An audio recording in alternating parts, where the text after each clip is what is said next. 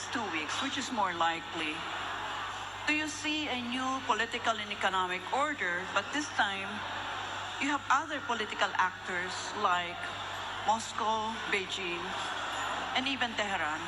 Yes. What's your take on that? There will be a new world order.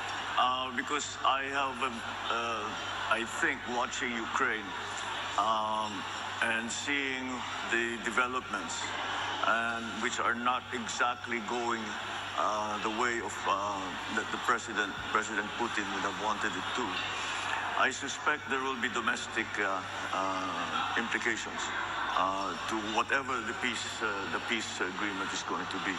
I hope you're right, ma'am, that it will be done in 2 weeks, because we are the whole entire world is suffering.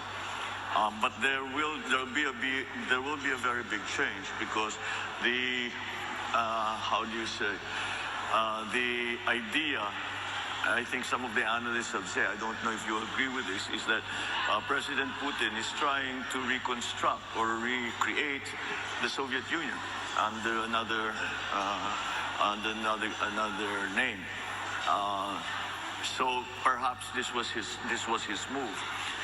Should he weaken as a political figure in his own country, in Russia, then certainly the policy, that policy of trying to gain territory through whatever means, as he says, because to provide for him a buffer to NATO, whatever the reason might truly be.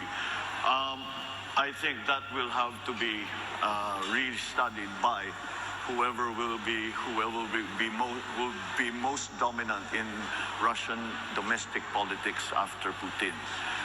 So yes, I believe there will be a new world order, and I think I am certain that Tehran and Beijing are watching very, very closely what will happen to Ukraine. There will be a geopolitical balance of power. It also depends on what the reaction of the EU and the United States will be. I think the United States we can predict fairly accurately. EU is in a more difficult spot simply because they are highly dependent for their energy to Russia, and how they will balance that. I know that that the President Biden has just signed with the EU a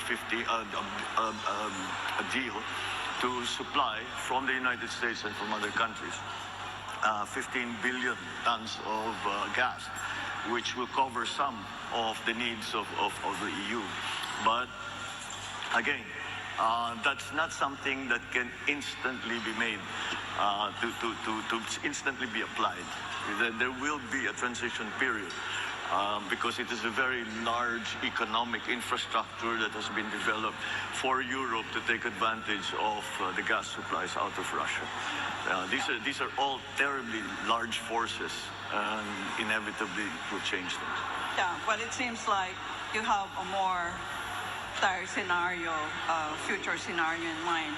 But what I have used really is from a content analytical perspective, using events data analysis, meaning I'm paying attention to the verbs being used by the negotiators. And this is not Pollyannish, by the way, Mr. Marcos. It's just that I feel that Putin will not allow the conflict to spill over. It will encapsulate within the Ukraine conflict area. And that, yes, I still believe that within the next 2 weeks you have a peace agreement. I sincerely hope so, because misunderstandings, mistakes can occur. With Poland being right there on the border of Ukraine, we already have had reports of missiles that mistakenly flew into Poland. And these are the kind of things that we have to be very careful about. I think maybe that is one thing that they can agree upon, Russia and the West, as we have referred to it often. Mr. Marcos, earlier, I don't know if you were around already when I asked questions about the projected state visit of Vladimir Putin here in the Philippines. Because the Duterte administration has only so many more breaths to take before the end of their regime, of their tenure. When you become president, will he honor that invitation that Duterte had given to him to do a Certainly. state visit? Oh, Not just a well, visit, a must- state visit. Well, certainly. Why not? We have diplomatic relations with Moscow. We should continue to honor that agreement that we have with Russia, and we must continue to again cultivate relationships that are beneficial to the country.